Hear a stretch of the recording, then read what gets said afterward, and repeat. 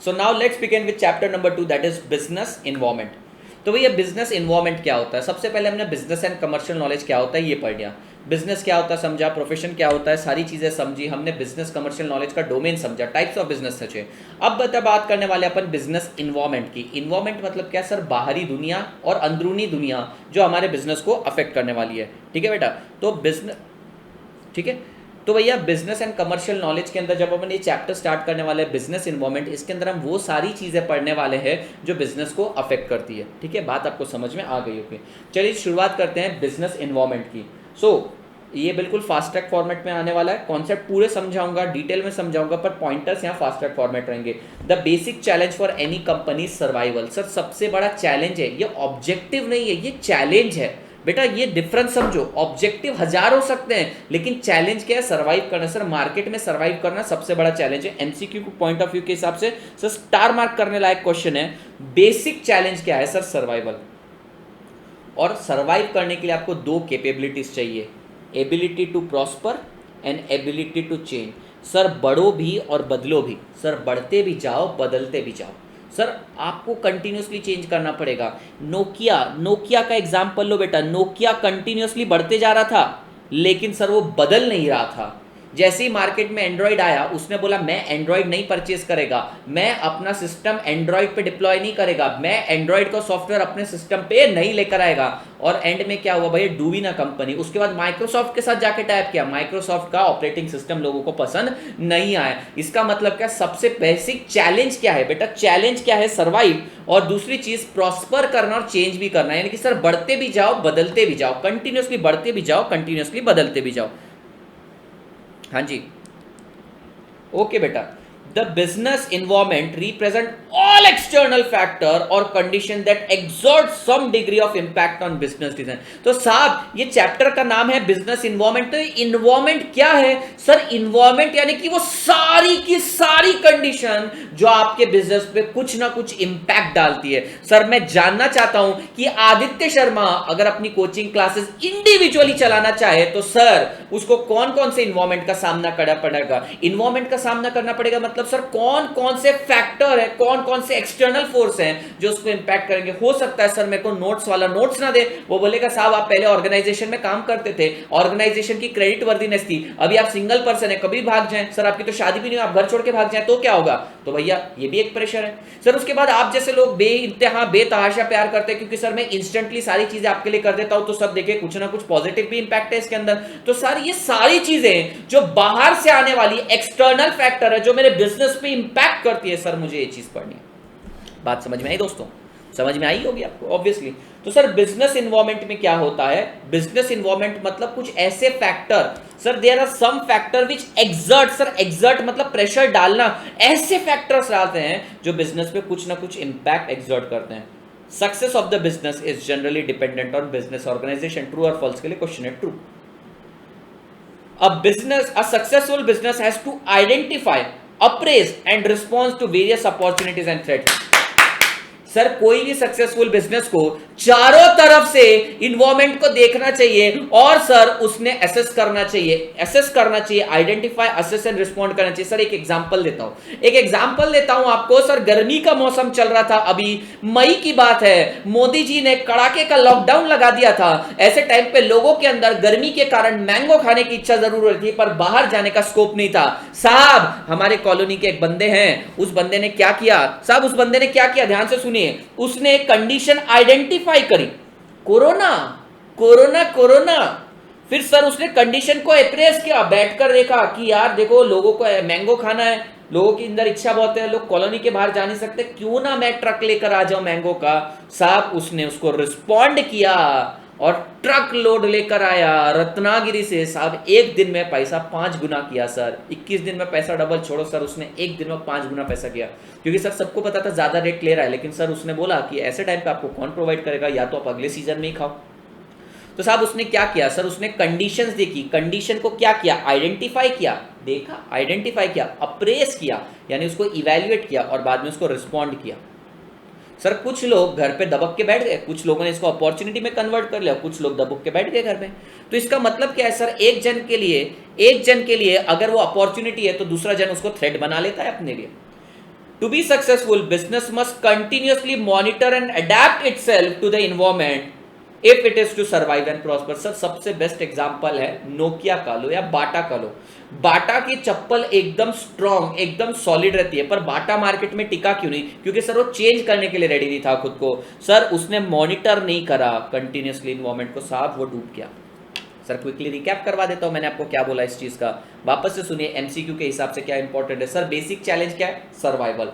Sir survival के लिए 2 skill बताइए. प्रॉस्पर करते जाना और चेंज भी करते जाना. प्रॉस्पर भी करो और चेंज भी करो. सर बिजनेस इन्वायरमेंट मतलब एक्सटर्नल फैक्टर जो बिजनेस पे कुछ ना कुछ प्रेशर एक्सर्ट करते हैं. सर एक्सटर्नल मतलब सब कंट्रोल के बाहर के इंटरनल नहीं हो सकते, इंटरनल भी होते हैं, आगे अपन पढ़ेंगे. उसके बाद क्या करना है भैया?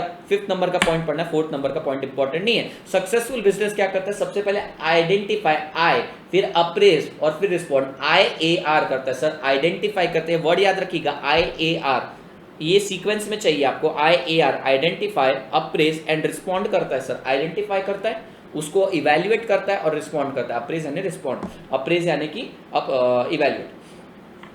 और हर बिजनेस को कंटिन्यूसली मॉनिटर करना चाहिए, अडेप्ट करना चाहिए. फिर सर एक डेफिनेशन आएगी प्रोफेसर ग्लोएक एंड जॉक की.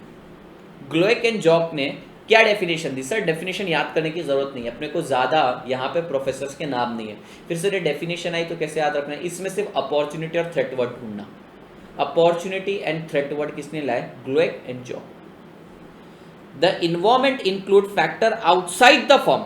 द इन्वायरमेंट इंक्लूड्स बेटा, इंक्लूड्स यानी शामिल किया जाता है, यानी कि इंटरनल तो थे ही लेकिन एक्सटर्नल फैक्टर को इंक्लूड करता है जो अपॉर्चुनिटी और थ्रेट्स लेकर आते हैं. Although there are many factor, the most important factor is socio economy, technology, supplier, competitor, government. पढ़ेंगे सर अपन आज आगे डिटेल में पढ़ने वाले. सर आप इसको फटाफट शेयर नहीं कर रहे हैं, कर दो फटाफट शेयर. VR लाइव करके डाल दीजिए.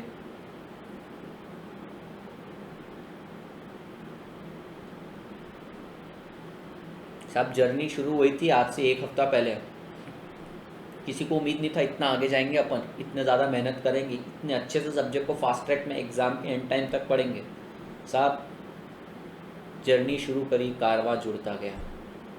सर आप लोग आपकी डेस्टिनेशन तक जरूर पहुंचेंगे. सर ग्लोएक एंड जॉक की डेफिनेशन के अंदर आप एक ही चीज़ को ध्यान रखना. किस चीज़ को? सर अपॉर्चुनिटी एंड थ्रेट को. तो अपॉर्चुनिटी एंड थ्रेट की डेफिनेशन ग्लोएक एंड जॉक आ जाएगा, बस बाकी कुछ नहीं. आइए सर कुछ इंटरनल इन्वायरमेंट भी होते हैं. अभी हमने एक्सटर्नल इन्वायरमेंट पढ़ा, कुछ इंटरनल इन्वायरमेंट भी होते हैं. सर एग्जाम्पल लेते हैं. सर देखिए मैं आपको एक बात बताता हूँ. सर मैं बिग 4 में था. आइए बिग 4 में आते हैं. सर मैं बिग 4 में मस्त काम करता था. ये बिग 4 के अंदर ना एक कठिनाई है, एक तकलीफ है, मैं आपको बताता हूँ. मैंने हमेशा तारीफ करी है बिग 4 की, आज मैं आपको एक छोटा सा पॉइंट बताता हूँ. बिग 4 में ना एक्सट्रीम लेवल की पॉलिटिक्स चलती है. एक्सट्रीम लेवल की बेटा, खतरनाक पॉलिटिक्स. जो तुम्हारे मेरे जैसा एकदम शांत शालीन इंसान है ना, वो ये पॉलिटिक्स में सर्वाइव ही नहीं कर सकता. जो इधर की बात उधर नहीं कर सकता ना, वो सर्वाइव ही नहीं कर सकता सर वहाँ पे. लेकिन आर्टिकलशिप के टाइम तकलीफ नहीं गई है मेरे को. पोस्ट क्वालिफिकेशन जब मैं CA बन गया तब मेरे को ये तकलीफ गई. तो भैया कहीं ना कहीं एक ऐसा इंटरनल इन्वायरमेंट है जो कहीं ना कहीं मुझे ग्रो करने में तकलीफ देता है. सर ये मैंने पर्सनली फील किया. अब दूसरा एग्जाम्पल लेते हैं. साहब मेरा एक ऐसा बिजनेस है, समझो मेरा एक बिजनेस है. मेरा एक बिजनेस था, मैंने आपको बोला था मेरा फ्लॉप बिजनेस के बारे में बताऊंगा, चलिए वो भी बता देता हूँ. इंटरनल फैक्टर्स के बारे में. मेरा एक बिजनेस था जो मैंने एक मस्त कैंटीन डलवाया था. तो वो कैंटीन में बेटा क्या हो रहा था कि इनिशियली मेरे साथ एक पार्टनर आया. तो पार्टनर ने तो पैसा लगाया नहीं, उसने वादा कर लिया था. वो बोलता है कि साहब मैं पूरा का पूरा संभाल लूँगा. मैंने बोला ठीक है, वेल एंड गुड, 50% 50-50 कर लेते हैं. तो उस भाई साहब का 1 रुपया फूटी कौड़ी नहीं लगी थी, एक फूटी कौड़ी भी नहीं लगी थी. तो उसको दर्द ही नहीं था उसके लिए. ऑल्दो वो पार्टनर था पर उसको उस चीज़ के लिए दर्द ही नहीं था. तो जैसे ही मैंने वो बिज़नेस पूरा सेट करके मैं निकला वहाँ से, 1 महीने बाद मुझे पता चला साहब अंदर का सामान उसने बेचना चालू कर दिया. तो मैं कहीं ना कहीं कह सकता हूँ सर ये एक मेरा ऐसा इंटरनल इन्वायरमेंट था. मेरे एम्प्लॉयज़, मेरा पार्टनर, मेरा स्टाफ, मेरा कुक ऐसा था जिसने इंटरनली मेरे को बर्बाद कर दिया, मेरे को खोखला कर दिया था. सर ये सच्चाई की बात है. सर मैं सच बोल रहा हूँ, ये सच हुआ है मेरे साथ. मैं आपको बता रहा हूँ मेरा फ्लॉप बिजनेस कैसे फ्लॉप हुआ. साहब मैं आपको बताता हूँ. वो जो कैफेटेरिया था वहाँ पे पर डे मॉर्निंग से इवनिंग में स्टार्टिंग में डे 1 से 250 लोग आते थे. अब ऑन एन एवरेज पर पर्सन 100 रुपये भी पकड़ लो तो बेटा 25,000 का काउंटर 15,000 का सारा खर्चा, ओवरहेड, रॉ मटेरियल, सैलरी वगैरह देके 10,000 नेट बचता था मेरे को, जिसमें से उसको मैं 5,000 देता था, यानी 1.5 लाख रुपए मेरी पैसिव इन्वेस्टमेंट थी। पैसिवली मेरे को 1.5 लाख रुपए पर मंथ मिलता था, पर सर इंटरनली इतना खोखला था कि बिजनेस डूबा। सर मेरे को लॉ ऑफ डिमांड आता था, प्राइजेस कम करके मार्केट तोड़ के ले आए। सर लॉ ऑफ सप्लाई भी समझता था मेरे को, तो बाकी के लोग law of supply, law of demand नहीं करते। सर उनको धंधा करने आता था, पर मेरे को पता था क्या ट्रिक करनी है, कॉम्प्लीमेंट्री गुड्स क्या देने। कई बार हम क्या करते थे, गर्मी के टाइम पे उनको छाछ फ्री में दे देते थे, तो भैया हमने मार्केट को तोड़ा, complementary goods, substitute goods. Sir इस चीज के कारण, सारी चीजों के कारण मार्केट तोड़ा। पर सर कहीं ना कहीं सोचो, इकोनॉमिक्स तो समझ में आ गया था, पर सर इंटरनल इन्वायरमेंट में नहीं संभाल पाया, सर बिजनेस डूबा। और सर ये होता है, आप मेरी बात मानो, ये होता है, मेरे साथ हुआ है। आप किसी दिन मुझसे पूछिएगा, सर फ्लॉप स्टोरी, 5 लाख रुपए सेविंग करी थी बिग 4 की, बेटा पूरी तरीके से पैसे डूबे। आखिरी के दिन ऐसी आ गई थी कि जिनसे सामान परचेज करके लाते थे, वो जो पार्टनर था वो तो गायब हो गया, सबसे उधारी पर लेकर आता था। सबको भरोसा था कि आदित्य सर अच्छे हैं, पैसा लौटा देंगे, तो सब लोग उधारी पर दे रहे थे उसको माल। भैया वो बंदा भाग गया, 4 लाख रुपए की इन्वेस्टमेंट डूबी, 1 लाख रुपए का एंड में कर्ज चुकाया। बेटा खाया पिया कुछ नहीं, ग्लास तोड़ा 12 में। बहुत दुख हुआ बेटा उस दिन। मुझे एक बात समझ में आई, मेरे को ज़िंदगी में पार्टनरशिप में नहीं जाना है। दूसरी चीज़ मुझे समझ में आई, सर आप कितने बड़े भी ज्ञानी हो जाओ, आपको ये सब्जेक्ट बहुत कुछ अलग चीज़ें सिखाता है। बेटा 5 लाख मेरे डूबे, मेरे को उस चीज़ का दुख नहीं है। बात यह है कि किसी ने मेरा ट्रस्ट तोड़ा, और उसके बाद से मैंने किसी के पास इन्वेस्ट नहीं किया पैसा। मैं पहले बहुत एक्टिवली इधर उधर धंधों में पैसा लगाता था। मैंने इंदौर, आपको इंदौर सिटी भी पता होगी बेटा, मैं मेरा आज का टारगेट कंप्लीट कर दूंगा, इसलिए मैं थोड़ा ऑफ ट्रैक जा रहा हूँ। इंदौर आपको सिटी पता होगी, वहाँ पर मैंने कोचिंग क्लास डाली थी। उस कोचिंग क्लास में जिसको मैंने पैसे दिए थे 1,88,000 दिए थे, आज भी फिगर याद है, 1,88,000। भाई साहब ने मेरे से झूठ बोला कि मैंने क्लास चालू कर दी, पूरे पैसे लेकर भाग गया।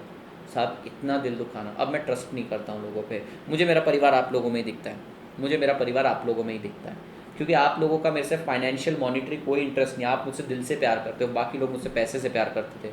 साहब बहुत बुरा हुआ है मेरे साथ, तो मैं ये चीज़ समझ सकता हूँ। आइए sir back to the topic, internal environment क्या होता है। एक composed of multiple element within the organisation including management. साहब वो पार्टनर, करंट एम्प्लॉय, सर वो जो शेफ वगैरह थे, एंड कॉर्पोरेट कल्चर। सर एक रद्दी कल्चर बना रखा था उन्होंने। सर आपको पता है अब आप बोलेंगे सर आप इतने तिकड़मी हो, हमें पता नहीं था फूड एंड ड्रग लाइसेंस की रेड भी पड़ी थी मेरे यहाँ, और मेरे को जेब से पैसे देने पड़े, क्योंकि उस येड़े आदमी को तो कोई फ़र्क पड़ी नहीं थी, क्योंकि उसने धंधे में तो पैसा लगाया नहीं था, तो जाके छुड़वा के लाया था, लाइसेंस वगैरह बनवाया था। वो बहुत अजीब काम किया था साहब उसने। उसका नाम भी मैं बता नहीं सकता तुम लोगों को, भगवान के नाम से एक तो उसका नाम। तो चलिए सर इंटरनल इन्वायरमेंट क्या होता है। इंटरनल इन्वायरमेंट मतलब within the organisation, employ होगा, मैनेजमेंट होगा, स्टाफ होगा, कल्चर होगा। फिर सर एक्सटर्नल इन्वायरमेंट क्या। अच्छा सर आप इंटरनल की बात कर रहे हो, आप हमें इसको डिटेल में बताओगे। हाँ बेटा डिटेल में देखो, मैं आपको यहाँ पे डिटेल में बताऊंगा। यहाँ पे देखो इंटरनल वाले एलिमेंट्स आपको बताऊंगा मैं। आइए सर इंटरनल समझ के आपको, यस सर। एक्सटर्नल आते हैं, एक्सटर्नल वो होते हैं जो हमारी ऑर्गेनाइजेशन से बाहर होते हैं। तो internal within organisation, external beyond organisation. ठीक है सर, इंटरनल वाले भी फायदा पहुंचा सकते हैं, नुकसान पहुंचा सकते हैं, बाहर वाले भी फायदा नुकसान पहुंचा सकते हैं, पर इंटरनल फैक्टर कंट्रोल में, एक्सटर्नल फैक्टर बियॉन्ड कंट्रोल है, beyond organisation. The factor that happen outside the business is known as external factor. आइए सर इसके कुछ कैरेक्टरिस्टिक्स देखते हैं, बिजनेस इन्वायरमेंट के कैरेक्टरिस्टिक्स देखते हैं। पर बेटा आप एक बात बताइए मुझे, आपको ये पूरे के पूरे 9 पॉइंट क्लियर हुए क्या। अपन ने ग्लोक एंड जॉब की डेफिनेशन देख ली थी, उसके अंदर उन्होंने क्या बोला था, अपॉर्चुनिटीज एंड थ्रेट। उसके बाद अपन ने इंटरनल एक्सटर्नल देखा, कुछ नया नहीं देखा। अब अपन इंपॉर्टेंट पॉइंट पे जा रहे हैं, कैरेक्टरिस्टिक्स ऑफ बिजनेस इन्वायरमेंट। साहब ये बिजनेस इन्वायरमेंट को मैं समझना चाहता हूं, मैं घर के बाहर निकलना चाहता हूं और आज मैं बिजनेस करना चाहता हूं। सर मैं एक छोटी सी दुकान ही डालना चाहता हूं, सर मैं एक छोटी सी दुकान डालूंगा, मैं एक बुक स्टॉल डालूंगा। ठीक है कोई बुराई नहीं है साहब, मैं बुक स्टॉल डालना चाहता हूं। सर मैं जानना चाहता हूं, लॉ ऑफ डिमांड पढ़ चुका हूं, लॉ ऑफ सप्लाई पढ़ चुका हूं सर, मैं मार्केट एंड इट्स फॉर्म को, सारी चीजों को डिटेल में समझ चुका हूं सर। अब मैं जानना चाहता हूं इसके कैरेक्टरिस्टिक्स जानना चाहता हूं कि सर मैंने अगर बिजनेस डाल दिया तो क्या इकोनॉमिक्स मुझे बचा लेगा या और भी कुछ चीजें। बिजनेस इन्वायरमेंट में तेरे को सफर करना पड़ेगा। सर क्या है बिजनेस इन्वायरमेंट, समझाइए हमको। हे तात बताइए ये बिजनेस इन्वायरमेंट के कैरेक्टरिस्टिक्स कैसे। तो बेटा इसके कैरेक्टरिस्टिक है CDMI। CDMI sir, C stands for it is very complex. आप समझ नहीं सकते, इस तरीके से आपको डस के चला जाता है। सर कैसे। सर मैं बहुत अच्छा बिजनेस कर रहा था, मैं एयरलाइन का बिजनेस कर रहा था, मस्त निपक एकदम ढिंचैक बिजनेस चल रहा था मेरा, लेकिन सर सडनली क्या हुआ, इंटरनेट रेवोल्यूशन आ गया और मेरा धंधा ठप हो गया। भाई साहब इंटरनेट आने से एयरलाइन को क्या? अरे भैया पहले सबसे ज्यादा कमाई किससे होती थी? बिजनेस क्लास से होती थी। बिजनेस क्लास वाले लोग मीटिंग करने जाते थे, आजकल तो वीडियो कॉल कर लेते हैं, वीसीस कर लेते हैं, वो लोग वीडियो कॉल पे सारी मीटिंग कर लेते हैं। अरे सर इंडिया के 50 लोग अरे एक जगह पे आने से बेटर है वीडियो कॉल पे मीटिंग कर लेते हैं, सर जूम कॉल कर लेते हैं, तो सर करोड़ों का नुकसान हो गया। तो sir it is very complex, sir business environment बहुत कॉम्प्लेक्स है सर, इट इज डायनामिक, दिन ब दिन चेंज होते जाता है। आप में से किसी ने 2 साल पहले सोचा नहीं था कि सर इस तरीके से पढ़ेंगे और ये टीचिंग में भी मजा आएगा। तो सर इसका मतलब क्या, इट इज कॉम्प्लेक्स भी है सर, ये डायनामिक भी है सर, कंटिन्यूअसली चेंज होता रहता है सर, इट इज मल्टीफेसेट। मल्टीफेसेट का मतलब है एक के लिए अपॉर्चुनिटी है, दूसरे के लिए थ्रेट है सर। कैसे सर? सर आज के टाइम पे देख लो, मैं आपको बताऊं कि अगर आप बात करेंगे तो ऑनलाइन, ये जब कोरोना का टाइम था तो है मतलब कोरोना के टाइम पर सबसे ज्यादा पैसा कमाने वाला कौन था? अमेजॉन। सबसे ज्यादा लूज करने वाले कौन थे सर? रिटेल स्टोर थे। तो इसका मतलब है कोई सिचुएशन, बिजनेस इन्वायरमेंट किसी के लिए थ्रेट लेकर आता है, किसी के लिए अपॉर्चुनिटी लेकर आता है। और सर लास्ट है इंपैक्ट, फार रीचिंग इंपैक्ट। सर इसका दूर दूर तक इंपैक्ट आपको समझ में नहीं आता। एक छोटा सा एग्जांपल लेता हूं साहब, पूना के अंदर प्रेस्टीज पॉइंट है सर, मैं बहुत स्टोरी सुनाता हूं यहाँ पे आपको, फास्ट ट्रैक में भी स्टोरी सुनाता हूं, आप मेरी थोड़ी सी रिस्पेक्ट करेंगे। सर पूना के अंदर प्रेस्टीज पॉइंट है जिसको हम सीए स्टूडेंट का मक्का मदीना मानते हैं, यानी 4 धाम मानते हैं सर, कैलाश मानते हैं सर। हम वहां पे सारे सीए स्टूडेंट एक ना एक बार वहां के मत्था टेक के जाते हैं। इन शॉर्ट वहां पे सारी की सारी टॉप कोचिंग्स हैं। तो सर अभी क्या हुआ, उसके आसपास जितने भी अपार्टमेंट्स थे ना, उन्होंने क्या किया, अपने टेनेंट्स को खाली करवा दिया और वहां पे स्टूडेंट्स को पीजी बेसिस पे अकोमोडेशन देना चालू कर दिया। एक एक पीजी में आप नहीं मानेंगे, बिलीव नहीं करेंगे, 3 BHK में 17 से 18 लोग रहते हैं बेटा, 17 से 18 लोग, 17 लोग मान लेता हूं, वहां तो कचरे की तरह भरते हैं। हर एक से रेंट है 5000, तो आप समझिए 85,000 रुपीज रेंट लेते हैं, जिसमें से ब्रोकर कलेक्ट करता है 85,000, ओनर को देता है 35,000 और सर 50,000 कमीशन गपाक जाता है। हर महीने की बात है। और ये तो एक पीजी से हुआ सर, ऐसे 10-10 पीजी थे सर। कोरोना का टाइम आया, सडनली सारी चीजें ऑनलाइन शिफ्ट हो गई। आप लोग पूना आने की बात करते हैं, मुझे एक बात बताओ, इन लोगों ने पता है क्या किया, जितने भी पीजीज थे सब रेसिडेंशियल अकोमोडेशन पे दे दिया। आप पूना आएंगे तो भी अब आपके पास रहने की जगह नहीं है। आप प्रेस्टीज पॉइंट पर आते आपको 17 कैंटीन मिलती थी, सब कैंटीन वालों ने धंधा बंद करके दूसरा बिजनेस चालू कर दिया। तो कहने का तात्पर्य ये है सर कि इसके इंपैक्ट कितने फार रीचिंग थे, कोरोना हमने सोचा भी नहीं था। मैं आपको बताता हूं, मैं जिस ऑर्गेनाइजेशन में था, मैं बैठा था, शाम के 7 बजे थे, मीटिंग बुलाई गई 8 बजे, हमने जाके मीटिंग करी। मीटिंग में ये डिसाइड हुआ कि बेटा कोरोना का इंपैक्ट बहुत ज्यादा होने वाला है। टीम बैठी थी पूरी, बेटा नहीं बोला, जो भी लीडर थे उन्होंने बोला 10 लोगों को कि भैया कोरोना का इंपैक्ट बहुत ज्यादा होने वाला है, 10 दिन क्लास को छुट्टी दो। बेटा 10 महीने हो जाएंगे, कोरोना जा नहीं रहा बेटा। फेब, मार्च, अप्रैल, मई, जून, जुलाई, अगस्त, सितंबर, अक्टूबर भी खाएगा, नवंबर भी खाएगा सर। 10 दिन क्या बोल रहे हैं, 10 महीने गए।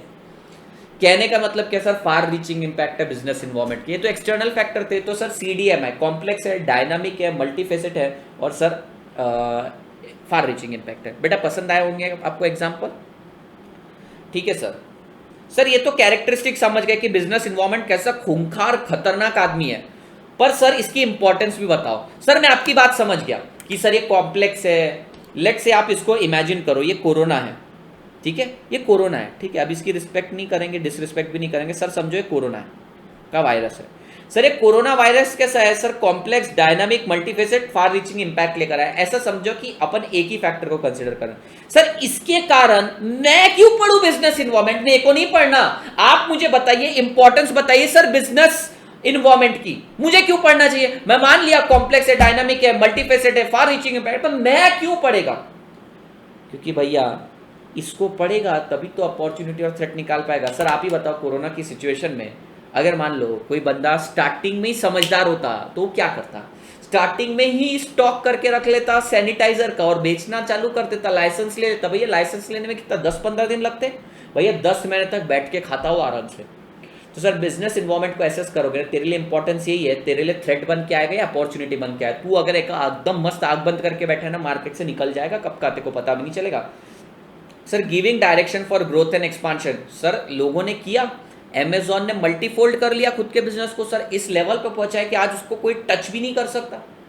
आपको पता है अमेजॉन के बारे में, अमेजॉन क्या खतरनाक है और अमेजॉन जेन्युइन है। फ्लिपकार्ट डूब गया बेटा, फ्लिपकार्ट खत्म है उसके सामने, अमेजॉन के सामने, सर वो कुछ कभी कंपीट नहीं कर पाएगा, क्योंकि फ्लिपकार्ट रिजिड रहा। फ्लिपकार्ट ने क्या बोला कि भैया मैं डिलीवरी नहीं दे सकता कंटेनमेंट जोन में, अमेजॉन ने बोला मैं देगा डिलीवरी। उसने हर एक इंप्लॉय का इंश्योरेंस अपनी जेब से करवाया, उनको अश्योरेंस दिया, इंप्लॉय ने डिलीवरी करी, फ्लिपकार्ट किक आउट हो गया मार्केट से। तुम्हारे सामने ही देख लो बेटा, कर गया, खत्म हो रहा है फ्लिपकार्ट। फ्लिपकार्ट के पास अच्छे प्रोडक्ट नहीं, अमेजॉन पे इजी रिटर्न है, सर इस पे रिटर्न नहीं, बकवास हो गया।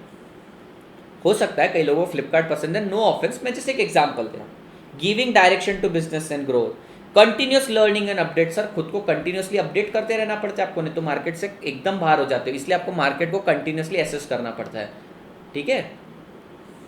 इमेज बिल्डिंग, साहब इमेज बिल्ड होती है जैसे कि, सर आप एक एग्जाम्पल लो, एक छोटा सा एग्जाम्पल है तो शाओमी,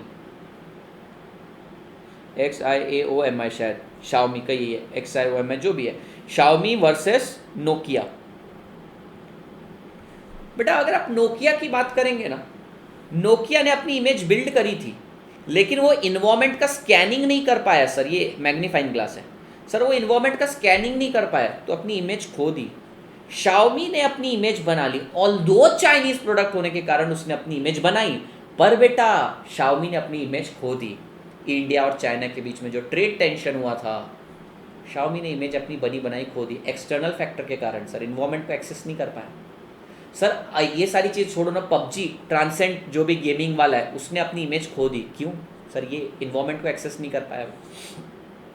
मीटिंग कंपटीशन, कई बार जब लेट से सैमसंग आगे जा रहा था, अगर नोकिया पहले से स्कैन कर देता तो भैया सैमसंग की कोई औकात नहीं रहती थी उसको compete करने की, नोकिया उसको तोड़ सकता था उस समय, लेकिन उसने स्कैनिंग नहीं करी। तो सर ये 5 रीज़न है कि आपको इन्वायरमेंट की स्कैनिंग करनी पड़ती है, स्कैनिंग यानी कि उसकी जांच पड़ताल करनी पड़ती है। वापस से पढ़िए सर कैरेक्टरिस्टिक पढ़ लीजिए, CDMI, complex, dynamics, multifaceted, far reaching impact. पर सर मैं क्यों पढ़ूँ, क्योंकि वो आपको अपॉर्चुनिटीज़ एंड थ्रेट्स बताएगा। ओके सर, और कुछ है सर, वो आपके बिजनेस को डायरेक्शन देगा सर, और कंटिन्यूस लर्निंग के लिए, इमेज बिल्डिंग के लिए एंड कंपटीशन मीट करने के लिए। ये क्या हो रहा है,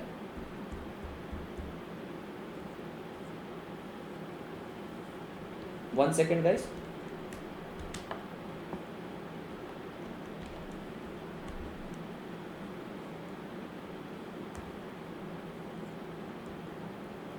ठीक है, कुछ फ्लिकर कर रहा है, छोड़िए, आई होप इट्स बैक। तो भैया ये चीज़ क्लियर हुई आपको कि मेरे को क्यों इन्वायरमेंट का एक्सेस करना है, मुझे इंपॉर्टेंस क्या है सर, मेरे को अपॉर्चुनिटीज एंड थ्रेट देखनी है सर, मुझे बिजनेस को डायरेक्शन देना है, continuous learning and update, image building and meeting competition. चलिए sir, relationship between business organisation and its environment, 15 point करेंगे, 15 पॉइंट करेंगे फिर रिकैप करवाऊंगा।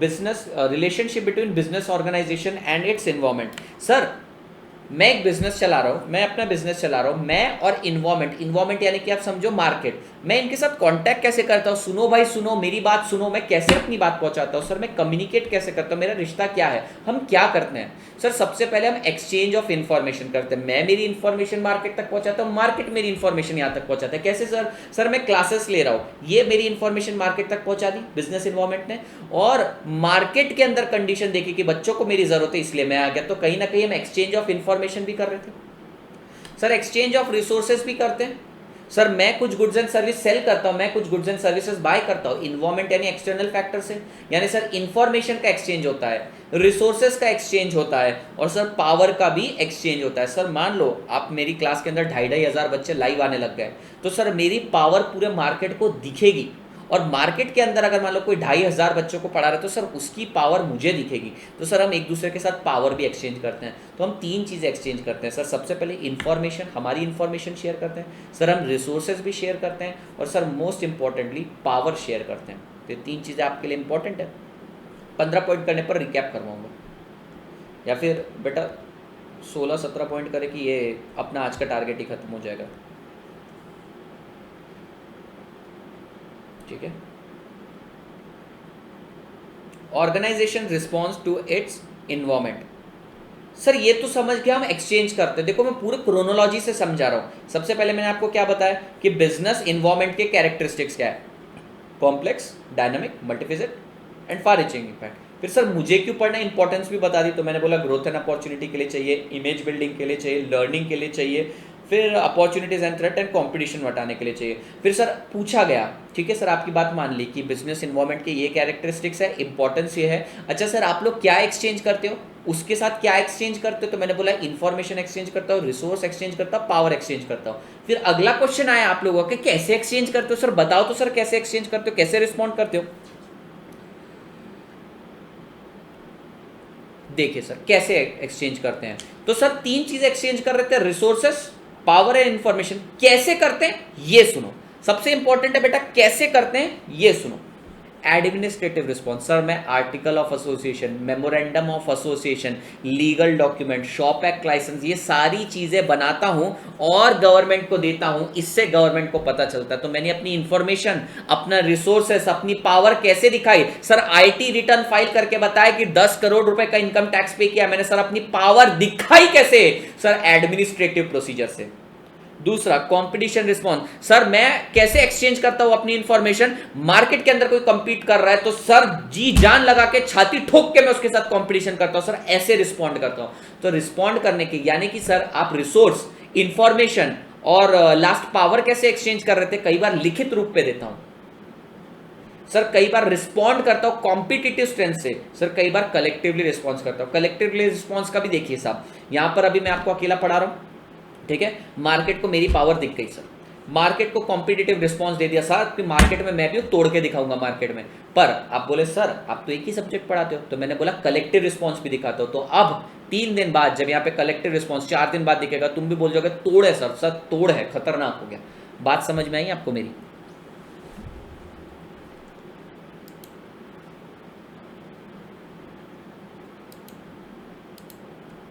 बेटा I hope you are getting it. तो सर बहुत क्रोनोलॉजी से जाना पड़ेगा हमको। क्या क्रोनोलॉजी है सर? सबसे पहले कैरेक्टरिस्टिक्स पढ़ लिया, ठीक है सर, कैरेक्टरिस्टिक क्या है, बिजनेस इन्वायरमेंट समझ लिया। फिर उसके बाद सर उसकी इंपॉर्टेंस समझ लिया, मुझे क्यों पढ़ना चाहिए। फिर सर मैं उसके साथ क्या क्या एक्सचेंज करता हूँ ये पढ़ लिया, कैसे एक्सचेंज करता हूँ ये पढ़ लिया, कैसे एक्सचेंज करता हूँ एडमिनिस्ट्रेटिव रिस्पॉन्स, कुछ डॉक्यूमेंट्स लीगल फॉर्मेलिटी के थ्रू। कई बार कॉम्पिटिटिव रिस्पॉन्स देता हूँ सर, मार्केट में खड़ा रहता हूँ कि जो भी होगा आग लगा देंगे मार्केट में, कई बार सबके साथ मिलकर रिस्पॉन्ड करता हूँ। Sir goal of environmental analysis, ठीक है सर आपकी बात समझ गए, आप क्या एक्सचेंज करते हो, कैसे एक्सचेंज करते हो, अब ये भी बताते हो क्यों एक्सचेंज कर रहे हो, इंपॉर्टेंस भी समझ गए, अब गोल बता दो अपना। पहला सर एक काम करते हैं पहले पूरा रिकैप करते हैं 13 पॉइंट का, फिर नया पॉइंट स्टार्ट करते हैं, नहीं तो क्या कॉन्सेप्ट पे कॉन्सेप्ट गिरते जाएंगे, तकलीफ होगी। आइए सर आप रिकॉर्डर स्टार्ट करिए, या रिकॉर्डर नहीं भी स्टार्ट किया तो कोई बात नहीं, चैप्टर के एंड होते से मैं आप लोगों को पूरा पढ़ा ही दूंगा ये वापस से। चलिए जी, दो बेसिक, सबसे बेसिक चैलेंज क्या है, survival is the basic challenge. तो इसके अंदर आपको 2 स्ट्रैटेजीज, 2 एबिलिटी होनी चाहिए, कौन सी, प्रॉस्पर करने की, ability to prosper and ability to change. फिर भैया बिजनेस इन्वायरमेंट क्या होता है, all external factor which exert some kind of pressure और इम्पैक्ट ऑन बिजनेस। और फिर बिजनेस, सक्सेसफुल बिजनेस पर्सन क्या करता है सर, वो IAR करता है सर, वो आइडेंटिफाई करता है, अप्रेस करता है एंड रिस्पॉन्ड करता है। फिर सर इसके बाद उसको बिजनेस को कंटिन्यूसली मॉनिटर एंड अडेप्ट करते रहना पड़ता है। फिर ग्लोएक एंड जॉब की डेफिनेशन में क्या था, अपॉर्चुनिटीज एंड थ्रेट था। इंटरनल इन्वायरमेंट वो होते हैं जो हमारे कंट्रोल में रहते हैं, हमारी ऑर्गेनाइजेशन के विदिन रहते हैं, एग्जिस्टिंग विदिन द ऑर्गेनाइजेशन, और जो आउटसाइड द ऑर्गेनाइजेशन एक्सटर्नल। फिर सर कैरेक्टरिस्टिक्स देख लिए, CDMI, complex, dynamics, multifaceted and far reaching impact. फिर सर इंपॉर्टेंस देख ली, क्या इंपॉर्टेंस है, अपॉर्चुनिटीज एंड थ्रेट आइडेंटिफाई करने के लिए, इमेज बिल्ड करने के लिए। फिर सर इमेज बिल्डिंग कंपटीशन के लिए, कॉम्पिटिटिव स्ट्रेंथ के लिए। फिर सर कंटिन्यूस लर्निंग के लिए, और सर लास्ट है ग्रोथ और एक्सपांशन को डायरेक्शन देने के लिए। फिर सर आपने मुझसे पूछा सर ये रिश्ता क्या कहलाता है, आपका और इन्वायरमेंट का रिश्ता कैसा है, तो हमने बोला सर हम इंफॉर्मेशन एक्सचेंज करते हैं, हम रिसोर्स एक्सचेंज करते हैं, हम पावर एक्सचेंज करते हैं। फिर तुमने पूछा सर कैसे एक्सचेंज करते हो, तो मैंने आपको बताया एडमिनिस्ट्रेटिव प्रोसीजर के थ्रू करता हूँ, कॉम्पिटिटिव के थ्रू करता हूँ, कलेक्टिव के थ्रू करता हूँ। अब मैं आपकी 5 मिनट डाउट लूंगा, उसके बाद मैं ये पॉइंट कंप्लीट कर दूंगा। Only 5 minutes guys, only 5 minutes, है ना। कोई डाउट है तो आप मुझसे यहाँ से पूछ सकते हैं। चलिए जी पूछिए, कोई डाउट है तो फटाफट पूछिए।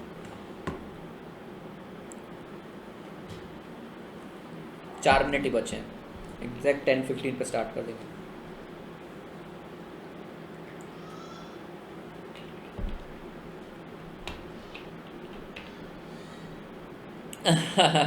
भावेश बस वो एक नामुमकिन सी चीज़ है हाल फिलहाल। करवाता हूँ ना बेटा, आपको स्कैनर भी करवा दूंगा, आप टेंशन ना लो, टेंशन ना लो, मैं आपको सब दिखा दूंगा, आप मेरे पे छोड़ दो ना। टेक्निकल डाउट पूछो। सर कलेक्टिव वाला पॉइंट बताना। आर्यन शर्मा सुनिए, आर्यन अभी मैं एक सब्जेक्ट पढ़ा था, मार्केट में इतना इन्फ्लुएंस नहीं कर पा रहा था। आप लोग बोल रहे थे बीसी के और इकोनॉमिक्स के लिए बहुत अच्छा चैनल है, पर बाकी लोग बोल रहे थे अरे फिर बाकी सब्जेक्ट का क्या। तो मैं सही तरीके से रिस्पॉन्ड नहीं कर पा रहा था, मैं एक ही तरफ से पावर लगा रहा था। लेकिन जैसे ही बाकी टीचर आ गया बेटा, कलेक्टिवली रिस्पॉन्ड करूंगा। तो पूरे इन्वायरमेंट को जवाब देने के लिए कई बार अकेला भी लड़ता हूँ, कई बार कलेक्टिवली भी जाता हूँ। नो डाउट बेटा, exchange of power and influence नहीं समझा। Exchange of power and influence मतलब क्या है बेटा? अगर मैं यहाँ पर 50 करोड़ का टर्नओवर कर रहा हूँ तो बेटा मैं बहुत स्ट्रांग हूँ, तो मैं गवर्नमेंट को बताऊंगा। चलिए एक्सचेंज ऑफ पावर का छोड़िए साहब, कपिल साहब के एग्जाम्पल लेते हैं। कपिल साहब individual business environment situation create हो रही है, एग्जाम होनी नहीं होनी।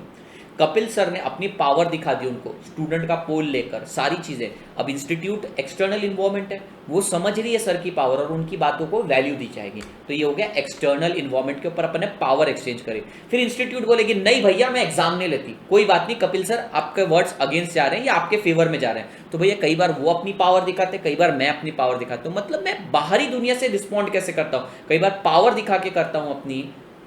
I hope it is clear. Collective वाला पॉइंट बता दिया प्रगति मैंने, ठीक है। आई गेस किसी को कोई डाउट ही नहीं है, बहुत बढ़िया। सर एडमिनिस्ट्रेटिव नहीं समझा बेटा, मैं यहाँ पे टीचिंग का बिजनेस करता हूँ, तो मैं अपने ITR में भी मेंशन करता हूँ, साथ ही साथ मैं इसका लाइसेंस भी लेता हूँ, मैं क्लास को भी रजिस्टर करता हूँ। तो मैं एडमिनिस्ट्रेटिव रिस्पॉन्स देता हूँ, यानी कि डॉक्यूमेंट्स के थ्रू बताता हूँ मैं क्या कर रहा हूँ। और गवर्नमेंट भी डॉक्यूमेंट्स के थ्रू बताती है, अपनी पॉलिसी भेजती है, लाइसेंस भेजती है, शॉप एक्ट भेजती है मुझे कि भैया ठीक है। फार रीचिंग इम्पैक्ट में वापस नहीं बता सकता, आप तो सारा पॉइंट पूछ रहे हैं।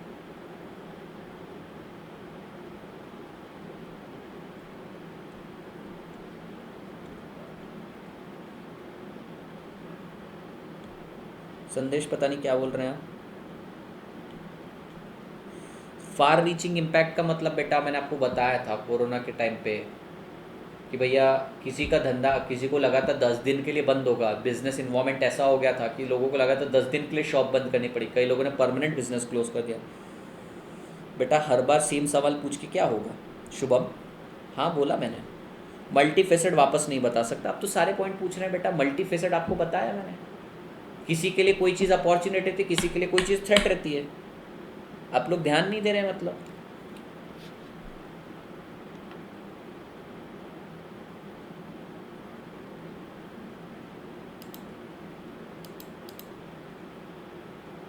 बेटा मुझको तो कहीं नहीं दिख रहा। अच्छा वो टेलीग्राम के नोटिफिकेशन है बेटा, वो टेलीग्राम के नोटिफिकेशन, मेरे को टेलीग्राम आता रहता है ना, वो सिंक्ड है इसलिए तुम लोग मैसेज। बेटा आपकी स्टोरी रुको ना, अपन 10:30 के बाद करेंगे ना बात आराम से। चलिए किसी को डाउट नहीं, मेरे को एक पेज कंप्लीट करना है बेटा, ज़्यादा नहीं है। मैं पॉइंट नंबर 14 पे हूँ, मुझे 17 कंप्लीट करना है, मैं ज़्यादा दूर नहीं हूँ, ठीक है। मैं आपको बताता हूँ, स्टोरी सुनाता हूँ, मैंने मना तो किया ही नहीं। आप लोगों की इच्छा सर आँखों पर होती है।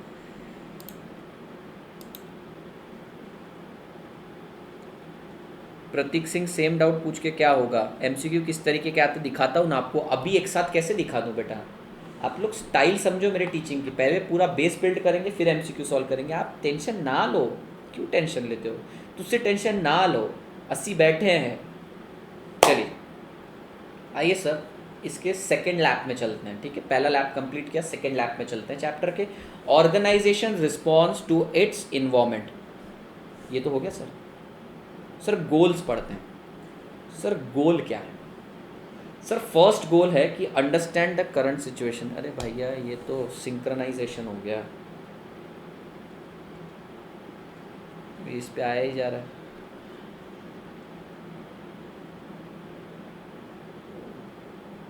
अभी ये टेलीग्राम पे मैसेज मत भेजना बेटा तुम लोग, ये इसका एक विचित्र फीचर है, कंटिन्यूसली आते ही रहेगा, आने तो कोई फ़र्क की बात नहीं, कोई फ़र्क नहीं पड़ता। चलिए goal of environmental analysis. Sir goal क्या है, ये इन्वायरमेंटल एनालिसिस का गोल क्या है? पहला अंडरस्टैंडिंग, दूसरा इनपुट, तीसरा स्ट्रैटेजिक थिंकिंग देना। सर ये इन्वायरमेंटल एनालिसिस पूरा करने के पीछे गोल बताओ आपका।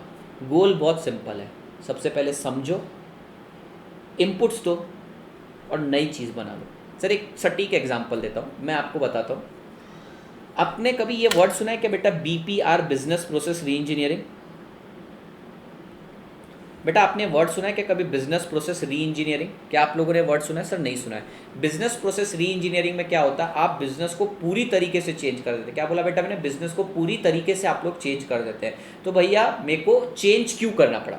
सवाल ये आ रहा है बिजनेस चेंज क्यों करना पड़ा। चलो आपको एक एग्जाम्पल ही दे देता हूँ। मैं एक कंपनी में था जिसका नाम है फाउंडेशन ब्रेक्स नाम से, जिसका बाद में नाम चैसी ब्रेक कर दिया। ठीक है, ये बॉश को सप्लाई करते थे, बॉश आप लोगों को पता होगा, तो बहुत बड़ी कंपनी है ये। चैसी ब्रेक को नाम कर दिया इसका, चैसी ब्रेक इंटरनेशनल, CBI, पहले FBI बोलते थे, फाउंडेशन ब्रेक इंटरनेशनल, फिर चैसी ब्रेक इंटरनेशनल कर दिया। तो चैसी ब्रेक इंटरनेशनल के अंदर ना बहुत ज़्यादा खर्च हो रहा था, तो इन्होंने क्या बोला, हम प्रोसेस को री इंजीनियर करेंगे, हम कॉस्ट कटिंग करने वाले हैं। तो उन्होंने क्या किया, एक एनालिस्ट को बुलाया, उस एनालिस्ट ने लिया 3 लाख रुपये और पूरे इन्वायरमेंट का एनालिसिस किया। तो भैया उसने क्या किया, एक्सटर्नल और इंटरनल दोनों इन्वायरमेंट का एनालिसिस किया और उसने बोला कहाँ कहाँ पैसा बचाया जाता है। तो उसने 3 स्टेप फॉलो करी।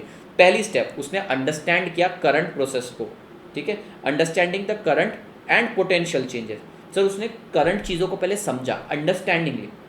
दूसरा, should provide input for strategic decision. उसने सर इनपुट दिए। उसने क्या किया, पहले सारी चीज़ें समझी, फिर उसने अपने इनपुट दिए। क्या इनपुट दिए वो भी आपको बताता हूँ। और बाद में facilitate and foster strategic thinking, और उसको कंपनी ने इम्प्लीमेंट कर दिया स्ट्रैटेजिक थिंकिंग के अंदर। मतलब कंपनी ने अपनी आइडियोलॉजी बना लिया, उसको वापस से समझने। साहब वो आया, उसने क्या बोला, साहब ये जो आप लोग ग्लास दे रहे हैं ना, इसकी जगह आप कांच का ग्लास दो। आप डिस्पोजेबल ग्लास दे रहे हो, आपके यहाँ है 70 एम्प्लॉय, 70 एम्प्लॉय दिन में 2 बार कॉफ़ी पीता है, तो करीब करीब ये 5 रुपये का ग्लास, 5 × 2 × 70, 10 × 70 से 700 रुपये। सर 700 रुपये × 30 मान लो, आप 30 दिन काम कर रहा है, 25 करता है, पर आप 30 दिन मांग लो, कई बार वेस्टेज करते सर, ये 21,000 आपके बच गए। सर आप मुझे 2 लाख की तो वन टाइम फीस दे रहे हो, पर आपके 21,000 रुपये महीने के बच रहे हैं। सर उसके बाद उन्होंने क्या बोला कि इसके अंदर जो शक्कर है ना, जो शक्कर है वो लूज शक्कर लेकर, ये छोटी छोटी चीज़ें बताई उसने। सर फिर उसने क्या बोला, रात को 6 बजे लाइट बंद करने का सिस्टम कर दो, शाम के 6 बजे। क्या होगा, हमने पूछा भैया क्या होगा, तो बोले शाम को 6 बजे लाइट होगी, बंद होगी, तो भैया वो एम्प्लॉय काम कर रहा होगा तो वो क्या करेगा, वो एम्प्लॉय अगर काम कर रहा होगा तो वो वॉचमैन को बोलेगा कि भैया लाइट चालू कर दे। वॉचमैन मना नहीं करेगा, पर रोज रोज उसको बोलने में शर्म आएगी, तो वो क्या करेगा, 6 बजे तक अपना काम निपटाने की कोशिश करेगा। 6 बजे तक काम निपटाएगा तो सर उसको ओवर टाइम भी नहीं देना पड़ेगा, साथ ही साथ सर वो टाइम पे काम करके वर्क लाइफ बैलेंस भी करेगा। सर वो कंपनी कभी छोड़ के नहीं जाएगा। एम्प्लॉय टर्नओवर रेशियो, एम्प्लॉय छोड़ के जा रहे थे सर, वो भी चीज़ बच जाएगी। तो क्या किया बेटा इसने, क्या गोल किए सर, सबसे पहले अंडरस्टैंडिंग, फिर प्रोवाइड करना इनपुट, फिर उसको स्ट्रैटेजिक थिंकिंग में ले आना, प्लान कर दिया। सर ये रियल किस्सा है मेरे सामने, इसको कॉस्ट कटिंग बोलते हैं। क्या बोलते हैं इसको, कॉस्ट कटिंग। पढ़िए सर,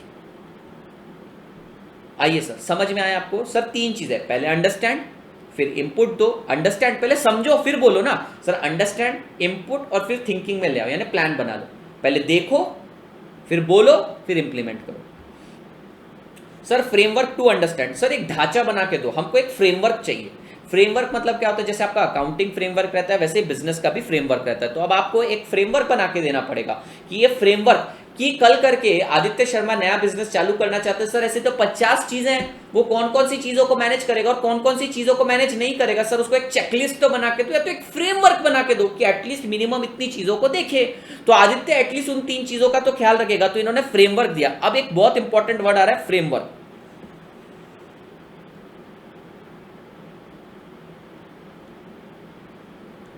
चलिए ये देखिए बच्चे पोट्टे मैसेजेस कर रहे हैं, क्या कर रहे हैं, आपको दिख रहा है क्या, नहीं दिख रहा, छोड़िए। क्या ना, ये ना मतलब कुछ स्टूडेंट ऐसे रहते हैं जो सडनली हर चीज़ पे रिएक्ट करना चालू करते हैं। रिएक्ट करना ऐसे कि भैया एग्ज़ाम होनी नहीं होनी तुम्हारे हाथ में थोड़ी है बेटा, तुम तो पढ़ो, पर नहीं, इन लोगों ने तो डिस्कशन करना है। लीजिए, अब आपको चीज़ें ज़्यादा डिस्ट्रैक्ट नहीं करेगी सर। लीजिए सर, आदित्य सर थोड़ा कवर करेंगे लेक्चर, ठीक है। So lesser will be the distraction here. Sir एक ढांचा दे दो, एक फ्रेमवर्क बना के दे दो, हम एक फ्रेमवर्क बनाएंगे। तो चलिए जी फ्रेमवर्क पढ़ते हैं।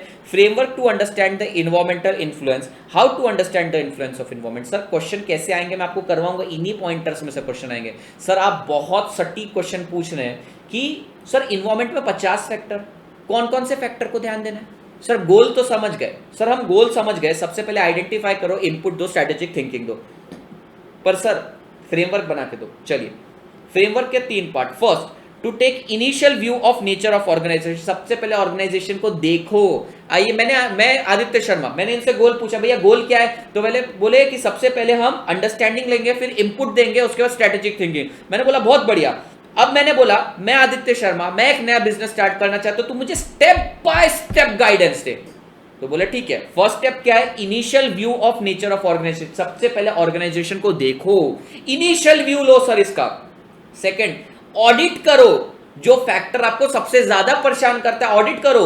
वो एनालिस्ट 3 दिन बैठा रहा, उसने 3 दिन कुछ नहीं किया, वो सिर्फ बैठा रहा, उसने ऑब्जर्व किया। तो सबसे पहले उसने एक इनिशियल व्यू लिया, फिर बेटा वो तीसरे दिन के बाद चौथे दिन उसने जो जो ऑब्जर्वेशन करी थी ना पहले 3 दिन में, वहां जाके उसने कॉस्ट कटिंग के मेजर्स इंप्लीमेंट करने की कोशिश करे, यानी उसने ऑडिटिंग करने की कोशिश करी कि सर यहां पर पैसा बचाया जा सकता है या नहीं बचाया सकता है। अब भैया समझो ये लाइट है, पर्टिकुलरली यहां पे लाइट अगर 6 बजे बंद कर दी तो सेल्स डिपार्टमेंट की लाइट बंद हो गई, तो सेल्स डिपार्टमेंट का हेड बोलता है साहब आप मेरी लाइट बंद नहीं कर सकते, मेरे सारे के सारे क्लाइंट तो यूएस वाले हैं, मैं तो शाम को आता हूं, उनके यहाँ तो सुबह है, तो साहब आप मेरे को 6 बजे के बाद रोकने के लिए मना नहीं कर सकते। तो मैं समझ गया भैया, वहां पे ऑडिटिंग करके, ऑडिटिंग यानी चेकिंग करके मेरे को समझ में आ गया कि भैया यहां पर कॉस्ट कटिंग का कोई स्कोप नहीं है। तो पहले इनिशियल व्यू लिया, फिर सर बाद में ऑडिटिंग करी, and finally is to focus towards explicit consideration of immediate environment of organization। मतलब सर फाइनली एक्ट कर देना।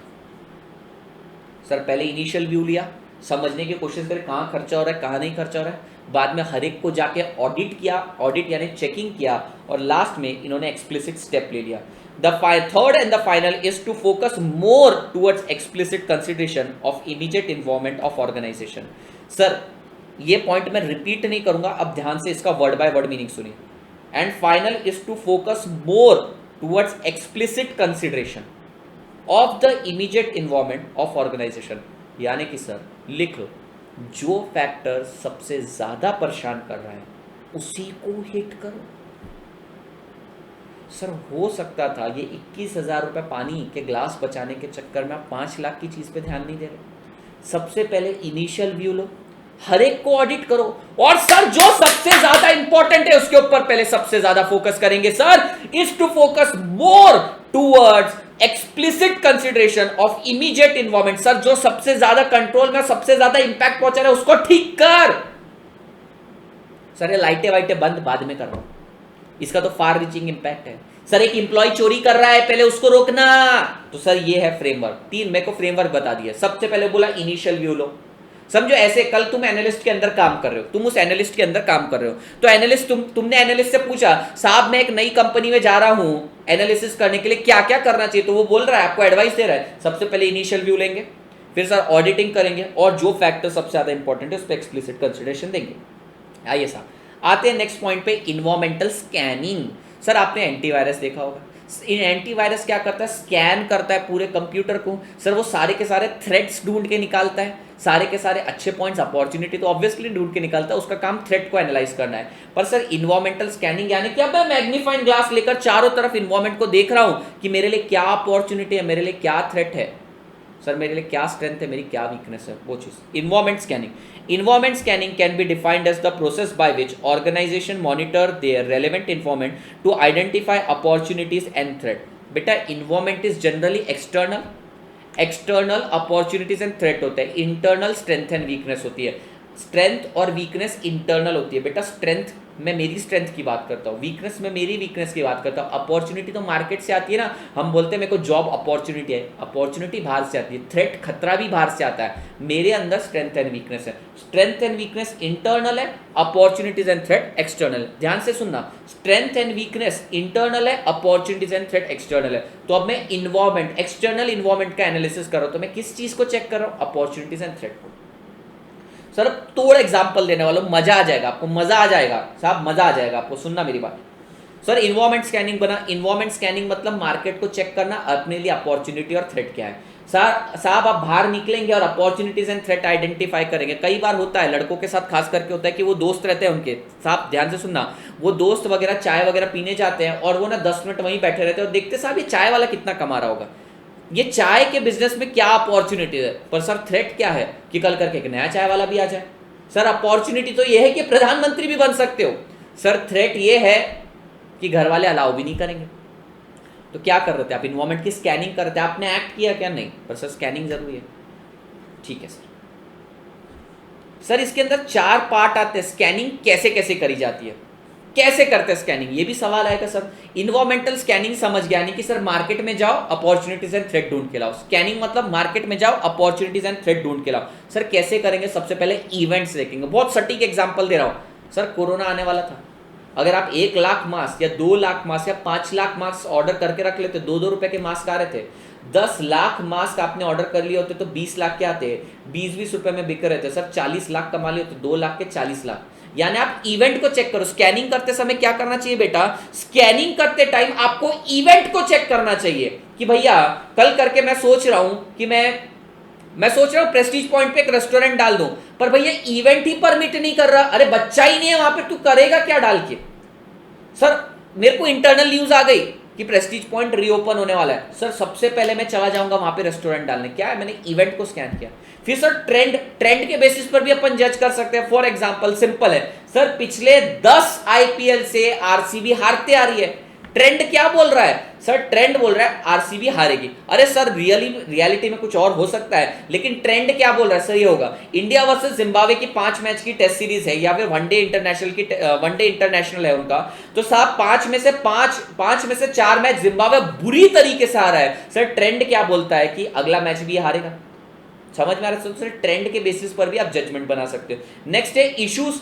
सर मेरी लोकल एरिया है ना, लोकल जो सोसाइटी है वहां से मार्केट कम से कम 13 किलोमीटर दूर है, तो सर इशू क्या है लोगों को कि भैया ताजी सब्जियां घर के नीचे नहीं मिलती, तो भैया किसी ने अपना स्टोर ओपन कर दिया। चेक करिए बेटा, इसने अपना स्टोर ओपन कर दिया तो भैया कमाएगा ये। पर वही अगर इसने क्राउडेड एरिया के अंदर ओपन किया तो शायद नहीं कमा पाएगा। तो क्या क्या चेक किया जाता है, सबसे पहले इश्यूज देखे जाते हैं, इवेंट्स देखे जाते हैं, ट्रेंड्स देखा जाता है। और सर एक्सपेक्टेशन मतलब मार्केट हमसे आप क्या एक्सपेक्ट कर रहा है। बेटा आपकी एक्सपेक्टेशन फुलफिल करूंगा तो ही मैं मार्केट में ग्रो करूंगा। आपकी एक्सपेक्टेशन क्या थी सर, इकोनॉमिक्स और बीसीके का टेंशन आपने संभाल लिया, बाकी सब्जेक्ट क्या, ये एक्सपेक्टेशन फुलफिल करेंगे तभी तो ग्रो होंगे।